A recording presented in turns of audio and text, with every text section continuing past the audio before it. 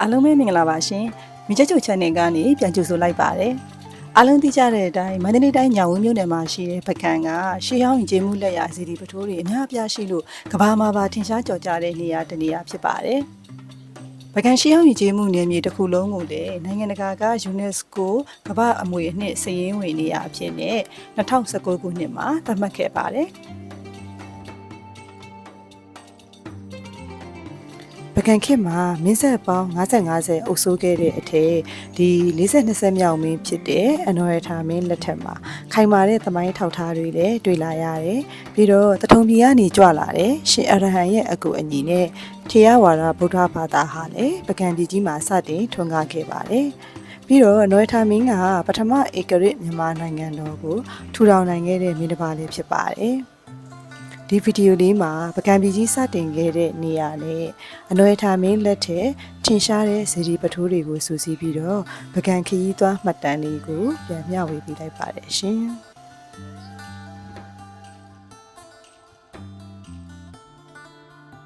အောင်ကြပါလိမ့်မယ်နော်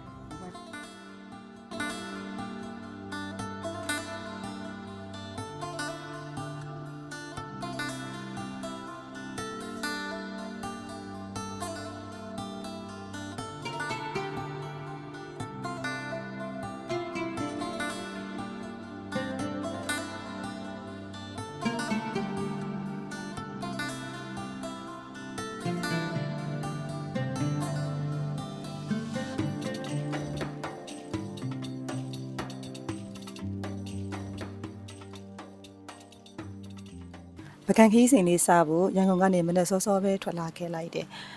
ရန်ကုန်နဲ့ပကံကမိုင်390လောက်ဝေးတော့ကားမောင်းချိန်က9နာရီနီးလောက်ကြာတယ်လေနေ့လည်စာစားချိန်လောက်ကြာတော့ဒီမိထီလာကြောက်ပတောင်းနန်းပေါ်မှာရှိတဲ့လက်ပံပြားရွာလေးကိုရောက်ပြီးအဲ့ဒီမှာကနာမည်ကြီးလက်ပံပြားကြက်ကြော်ဆိုင်တွေအများကြီးရှိတယ်ဒီကြက်ကြော်နဲ့တူနာမည်ကြီးလာတယ်လက်ပံပြားရွာကဒီဒေသခံတွေပြောရပေါ့နော်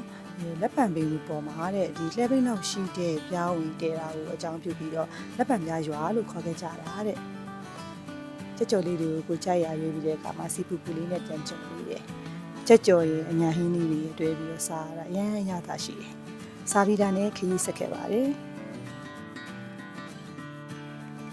ပကံပြည်ဘယ်ကစခဲ့တာလဲလို့သမိုင်းမှတ်တမ်းတွေမှာလေ့လာကြည့်မယ်ဆိုလို့ရှိရင်တော့ပကံပြည်အစရုပ်လွှတ်ကျွန်းကလို့ဆိုနိုင်တယ်အခုသွားနေတဲ့ကြောက်ပတောင်းညောင်ဦးကားလမ်းမဘေးမှာတရွေးတောင်နာမှာရုပ်လွှတ်ကျွန်းနန်းတော်ဟောင်းနေရာရှိတယ်ကားလမ်းမဘေးဆိုင်ပုတ်ညွှန်အားကနေပြီးတော့15မိနစ်လောက်ထန်းတော်ကိုဖြတ်ပြီးတော့မောင်းသွားမယ်ဆိုလို့ရှိရင်နန်းတော်ဟောင်းနေရာကိုရောက်ပြီး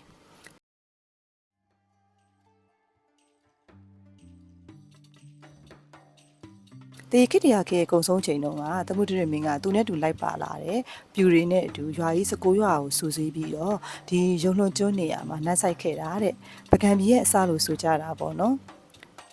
ဒီရောက်တော့မှတ်တမ်းရေးထိုးထားတဲ့ကြောက်စာတန်းရဲ့အုတ်ခုံတစ်ခုရဲ့အလှမှတ်တမ်းကပီးတိုင်းတစ်ခုရဲ့တွေ့ခဲ့တယ် AD 200စုကနေ400စုထိတိုင်အောင်မင်းဆက်60ဒီနေရာမှာပဲနန်းတည်ခဲ့ကြတာတဲ့ဒီကြောက်စာတိုင်းမှာလည်းရေးထိုးထားတယ်နန်းတော်ဟောင်းမြင်နေရကတော့ဒေသခံတွေညွှန်ပြလို့ဒီနေရာဝင်းကျင်လို့တော့တည်ခဲ့ရတယ်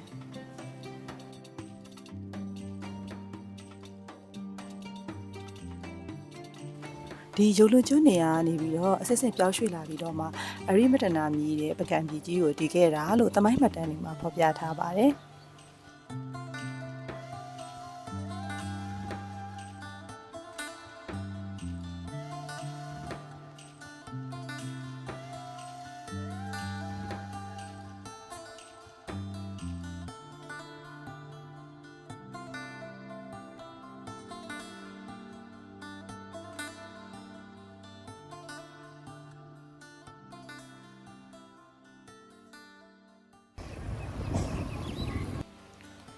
အနော်ရထာမင်းကသူ့နန်းတက်ပြီးတော့73နှစ်အကြာမှာပဲခူးဥဒ္ဒါမင်းစီကရခဲ့တဲ့မြတ်စွာဘုရားရဲ့စံတော်ကိုထာပနာပြီးတော့ဒီရွှေစံတော်ဘုရားကိုတဲ့ AD 1058ခုနှစ်မှာတည်ထားကိုးကွယ်ခဲ့တာတဲ့ဇီဒီတက်တန်းကတော့နှစ်ပေါင်း960လောက်ရှိပြီပေါ့နော်အနော်ရထာမင်းရဲ့ကောင်းမှုတော်တွေထဲမှာဒီဇီဒီကရှေးကြဆုံးဇီဒီလို့လည်းဆိုကြတယ်အနော်ရထာမင်းကြီးကဒီရွှေစံတော်ဇီဒီကိုတည်ပြီးတော့မှဆွဲတော်၄စုဖြစ်တဲ့ရွှေစည်းကုံဇီဒီတန်းကြည်တောင်ဇီဒီလောကနန္ဒာဇီဒီနဲ့တရွန်းတောင်ဇီဒီတို့ကိုဆက်ပြီးတော့တည်ထားခဲ့တာတဲ့ ဒီရွှေစံတော်စေတီကပကံမှာရှိတဲ့အမြင့်ဆုံးစေတီတွေထဲမှာပဲပါတော့ဒီစေတီတော်ပေါ်ကနေပြီးတော့နေထွက်နေဝင်စီးစာအချိန်ကိုကြည့်ရတာအလှအဆုံးနေရလည်းဖြစ်ခဲ့တာပေါ့နော်အခုနောက်ပိုင်းကတော့ဒီဟိုးအပေါ်ထီကိုတက်ခွင့်မရတော့ဘူးဒီဆိုင်းပုံနာထီပဲတက်ပုံကြိုက်တက်ရိုက်လို့ရတယ်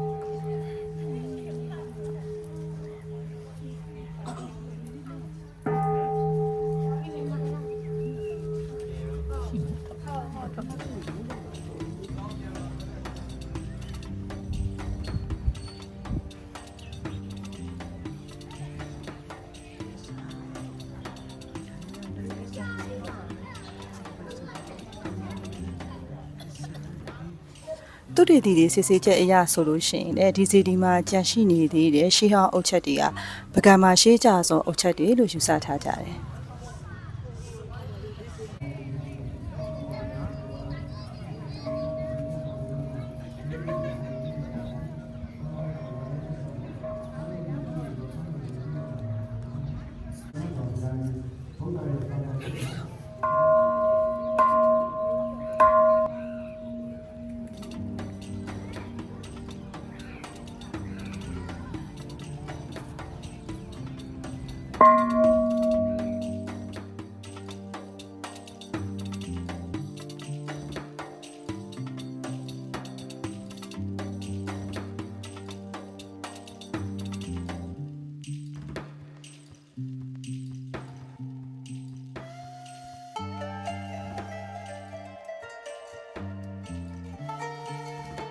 အခုဆက်ပြီးတော့ AR မြကမ်းဘေးမှာရှိတဲ့ရွှေစည်းကုံစီတီကိုဆက်သွားပါမယ်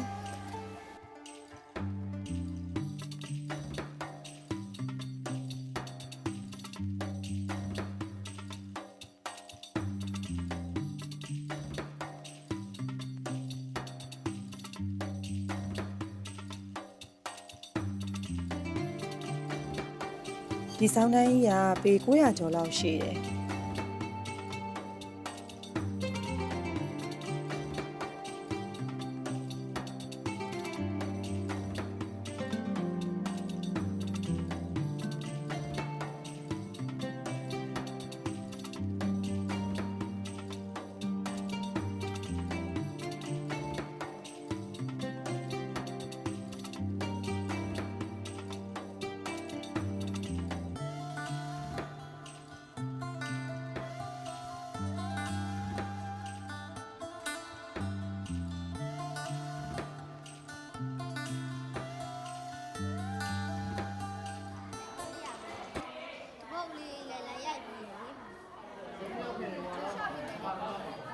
ဒါကဆောင်းတန်းထဲမှာရှိတဲ့မုတ်ဆိုင်လေးတွေဒါကနာမည်ကြီးမုတ်ခောက်မုတ်ကြားထဲမှာကက်စင်းနဲ့မြေပဲမုံနဲ့အုံသီးတို့ညှက်ပြီးတော့စားတာ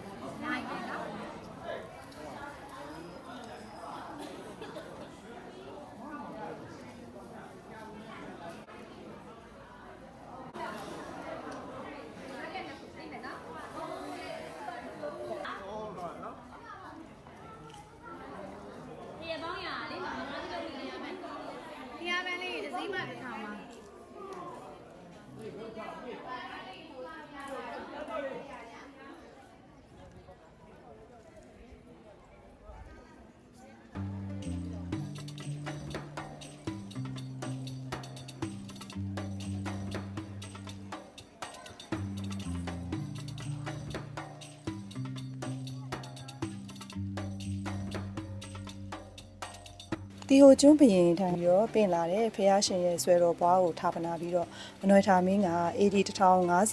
1060လောက်မှာဒီစီဒီကြီးကိုစတည်ခဲ့တာ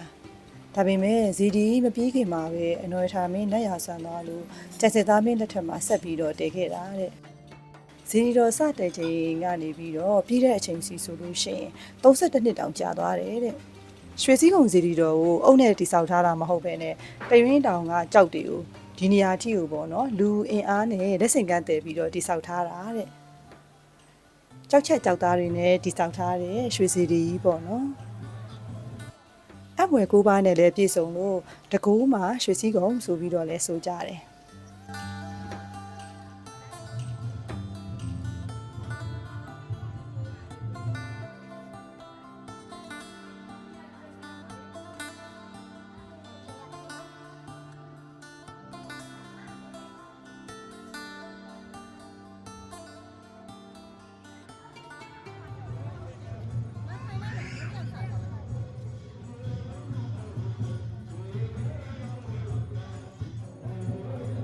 ဒါကဇီဒီအရေးထင်တဲ့ရေမှန်လေးဒီနားမှာထိုင်ပြီးတော့ရေခွက်လေးတွေကိုကြည့်မယ်ဆိုလို့ရှိရင်ဇီဒီရဲ့အပေါ်ပိုင်းကိုဖူးမြင်ရတယ်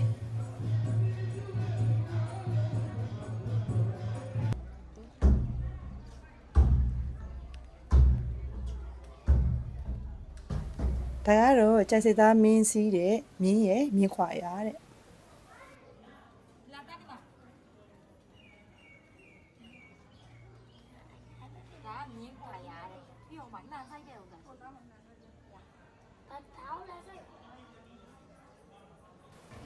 ဒါကတော့လှန်ထောက်တဲ့အရာ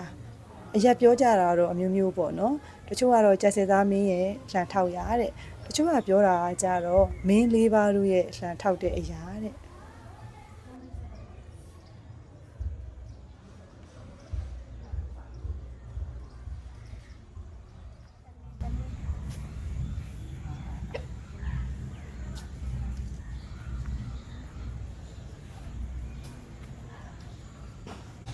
လူလာတအောင်တဲ့အောင်မြင်ကြပါစေနော်ဒီမှာလူလိုက်တော့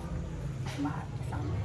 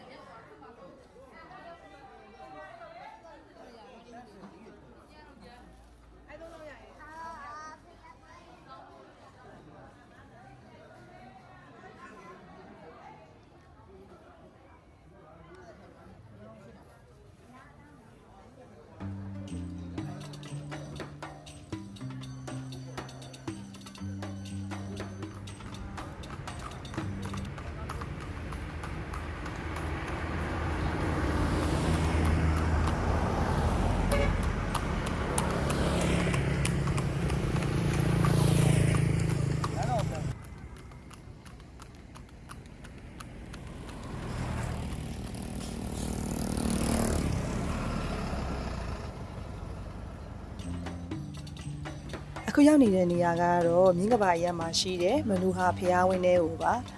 ပထုံမြတ်မင်းတစ်ပါးဖြစ်တဲ့မနူဟာမင်းကနော်ထာမင်းလက်ထက်ဒီမြင်းကပါရက်မှာထိမ့်သိမ်းခံထားတဲ့အချိန်မှာဖ ះတဲ့ကောင်းမှုပြုခြင်းလို့ဆိုပြီးတော့အနော်ထာမေတ္တာကိုခွင့်ပန်းပြီးတော့ခရစ်နှစ်1068ခုနှစ်မှာဒီဖះကိုတည်ထားခဲ့တာဖြစ်ပါတယ်ဒီဖះရဲ့ထူးခြားချက်ကရှေ့မျက်နှာစာမှာတွေ့ရတဲ့လွန်ကြီးမားတဲ့တပိတ်ကြီးရဲ့ဖះเจ้าဆောင်လှိုင်မှုထဲမှာနေရာအပြည့်ယူထားတဲ့ကြီးမားတဲ့ရုပ်ပွားတော်ကြီးတွေပဲဖြစ်ပါတယ်ဒေသခံတွေပြောရတော့ဒီတပိတ်ကြီးကချက်ပြီးသားထမင်းဆိုလို့ရှိရင်တင်း40လောက်ဆန့်နေတဲ့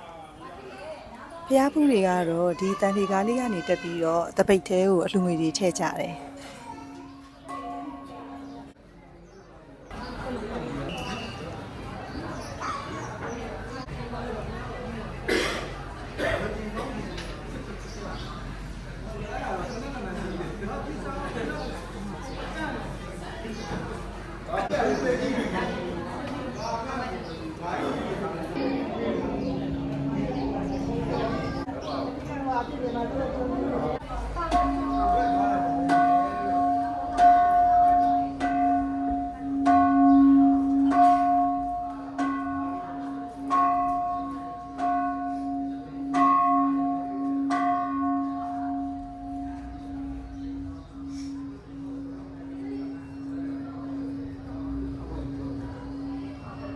ဒီကျောင်းဆောင်လှိုင်မှုထဲမှာရှိတဲ့ဒီရုပ်ပွားစင်းမှုပုံဆိုလို့ရှိရင်အမြင့်က46ပေလောက်ရှိတယ်အပေါ်မူဘေးကနေနဲ့ကတော့ထိလူနေနေပဲ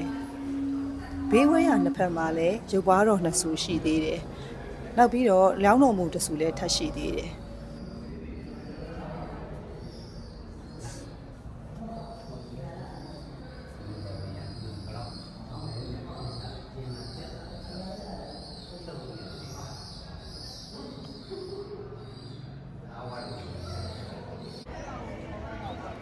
ကနဦးကတော့မနူဟာမင်းကဒီမွန်ဘီတုကာပညာရှင်ကိုခေါ်ပြီးတော့အမိုးကာတွေမပါဘဲနဲ့ရုပ်ပွားတော်တွေကိုပဲထုလို့ကိုးကွယ်ခဲ့တာတဲ့နောက်ပိုင်းကျတော့မှရာသီဥတုတန်ခံနိုင်အောင်လို့ဒီကျောင်းဆောင်လှိုင်မှုကိုဆောက်လုပ်ခဲ့တာကြတာလို့ဆိုကြတယ်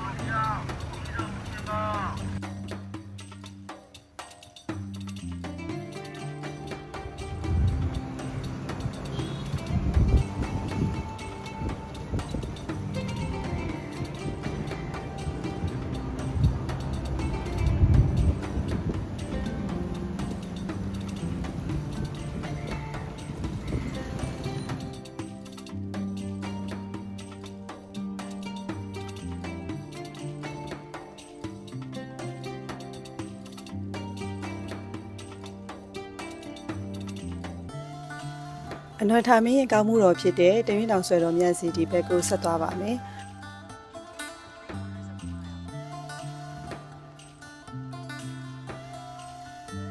တရင်းတောင်ဆွဲတော်မြတ်စီဒီကညောင်ဦးကျောက်ပတောင်ကာလမ်းမနားမှာရှိတဲ့တရင်းတောင်ပေါ်မှာတည်ထားတာစီဒီကိုရောက်ဖို့အတွက်ဒီတောင်ပတ်ကားလမ်းလေးတိုင်းကွက်ပတ်ပြီးတော့မောင်းတက်ရတယ်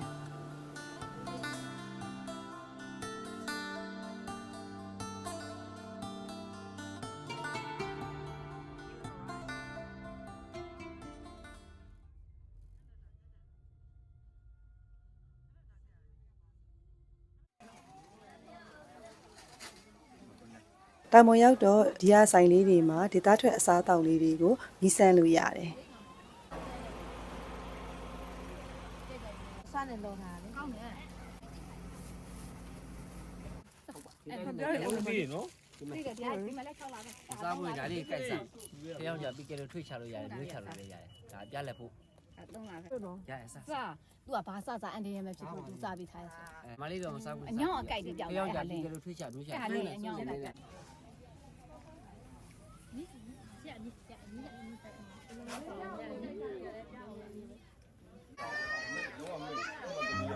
ဇီဒီရင်ပြင်ရောက်ဖို့အတွက်ဒီလှေကတစ်တွေကနေပြီးတော့ဆက်တက်ရသေးတယ်အနော်ထာမင်းကမြတ်စွာဘုရားရဲ့ဆွဲတော်အပွားလေးစုကိုဇီဒီတဲဖို့အတွက်နေရာရွေးတဲ့အခါကျတော့သူ့ရဲ့စင်ပြူတော်ကိုအဋိဌာန်နဲ့ဆေလွတ်ပြီးတော့အစင်ပြူတော်ဝတ်တဲ့နေရာတွေမှာဇီဒီတည်ထားခဲ့တာတည်ခဲ့တဲ့ဆွဲတော်လေးစုကရွှေစည်းကုံဇီဒီတန်းကြည်တောင်ဇီဒီလောကနန္ဒာဇီဒီနဲ့အခုရောက်နေတဲ့တရွင်းတောင်ဇီဒီတော်တို့ပေါ့နော်ရှေ့မှာပြောသွားသလိုပဲရွှေစည်းကုံဇီဒီတဲတော့ဒီတရွင်းတောင်ကကြောက်ချက်တွေကိုလူအင်အားနဲ့ပဲလက်ဆင့်ကမ်းပြီးတော့တည်ကြတာလေတရွင်းတောင်နဲ့ရွှေစည်းကုံတွေက6မိုင်လောက်တော့ဝေးတယ်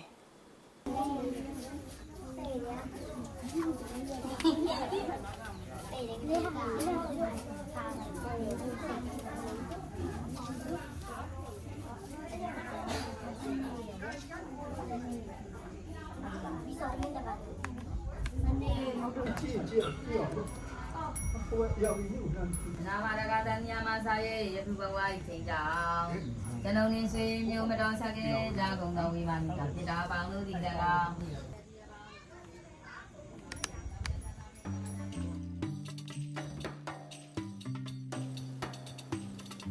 ဒီတောင်ပေါ်ကနေပြီးတော့ပကံဒေသဝင်းကျင်တစ်ခုလုံးကိုလှမ်းမြင်နေရတယ်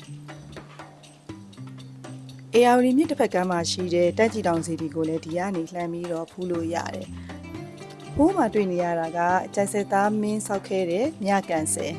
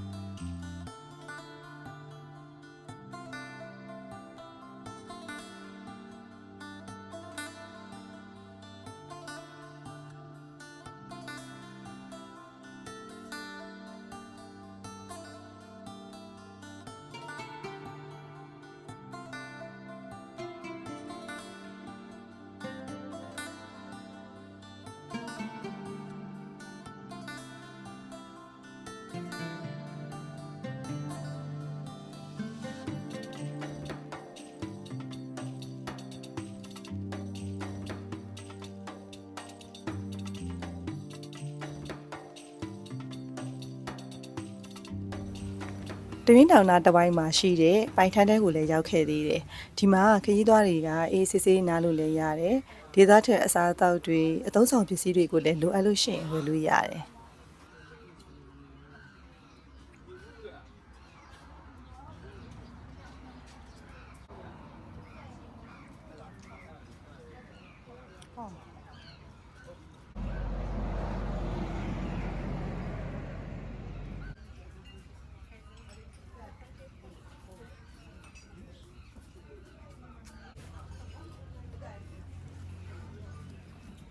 မြင်နေရတောက်လို့ရပါတယ်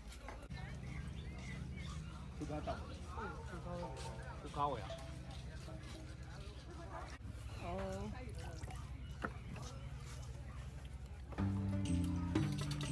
ါကတော့မှတ်သားစရာကောင်းတဲ့စာတူလေးတွေ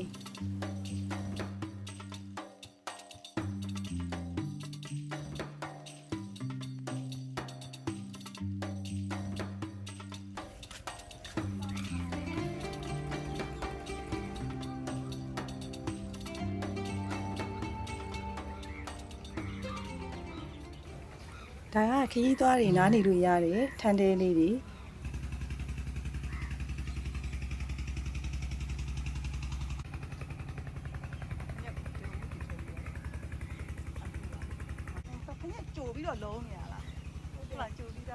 ဖညက်ခဲလုံနေတာကိုလည်းဒီမှာလိလာခွင့်ရခဲ့ပါတယ်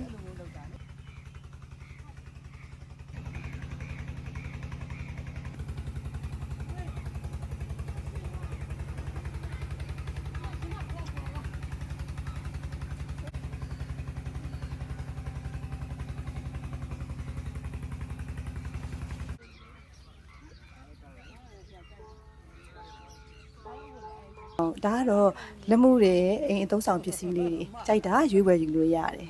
ဘယ်အဆင်ပြေလဲအေးအဲ့ဒါလည်းယူလိုက်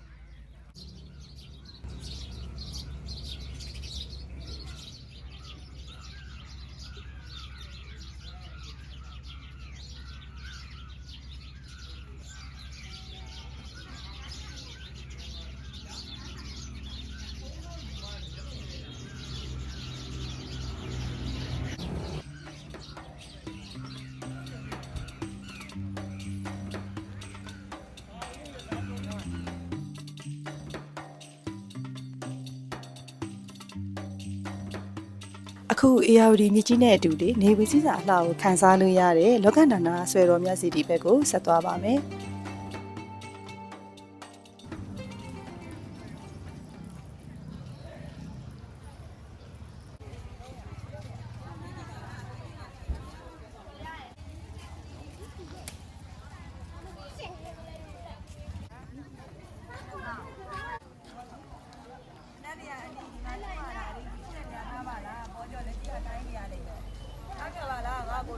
ဒီနေရာကပကံခေတ်တုန်းကအရန်စီကားခဲ့တဲ့လောကနန္ဒာသင်္ဘောစိတ်လည်းဖြစ်ခဲ့တယ်တဲ့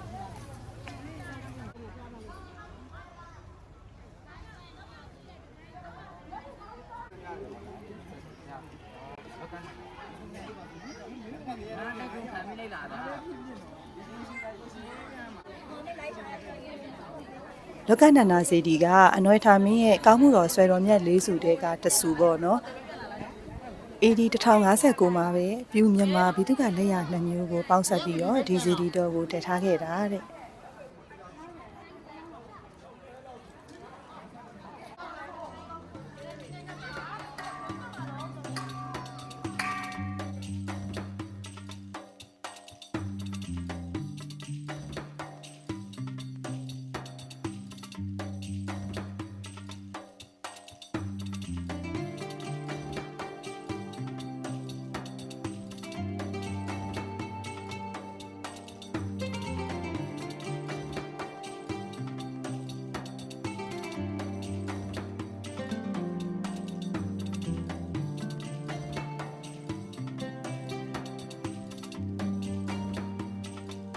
ဒီနေရာကနေနေဝင်စည်းစာချိန်ကိုကြည့်ရတာသဘောကျလို့ပကံရောက်တိုင်းကျမတို့ညနေဘက်ဆိုလို့ရှိရင်လောကနန္ဒာစီဒီဘက်ကိုပဲလာဖြစ်တယ်။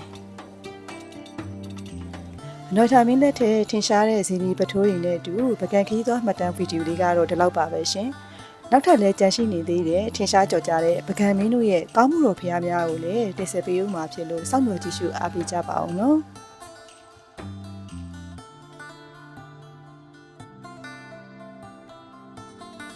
မီရှယ်ချို channel ကို subscribe မလုပ်ရသေးဘူးဆိုလို့ရှိရင်လည်း subscribe လုပ်ပေးထားကြပါအောင်เนาะကျေးဇူးတင်ပါတယ်ရှင်